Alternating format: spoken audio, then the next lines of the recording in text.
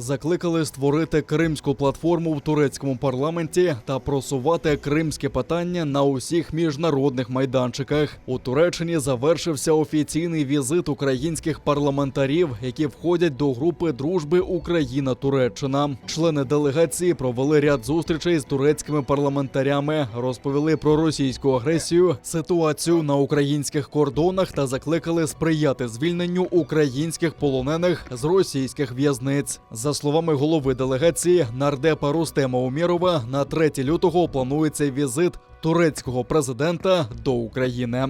Сподіваємось, що коли приїде 3 лютого президент Туреччини в Україну, ми вже підпишемо декілька угод.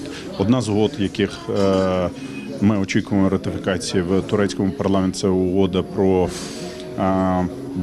будівництво квартир для внутрішньо переміщених осіб з Криму, кримських татар. Сподіваюсь, друга угода, яка ми очікуємо, це буде військова угода.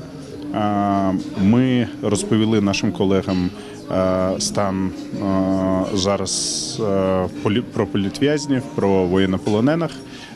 Запросили наших колег також підтримувати ці меседжі на всіх міжнародних майданчиках, де вони присутні. Ми також зазначили, що зараз тільки успішний кейс, який був у нас за останні 8 років, це був через Туреччину, через перемовини Туреччини щодо політв'язнів, з яких Ахтем Чигоз і Ільмір Умєров вийшли. Тому ми ще раз звернулись до турецького парламенту, щоб вони підтримали свій кабінет міністрів, МЗС, щоб вони вели перемовини. Обмены – это не тот путь, который с каким можно защитить права людей.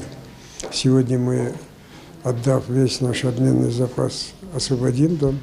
Но у нас сейчас около 200 заключенных там в руках русских. А завтра Путин может в 10 раз больше набрать. Поэтому нужно всестороннее международное давление на эту страну-агрессора.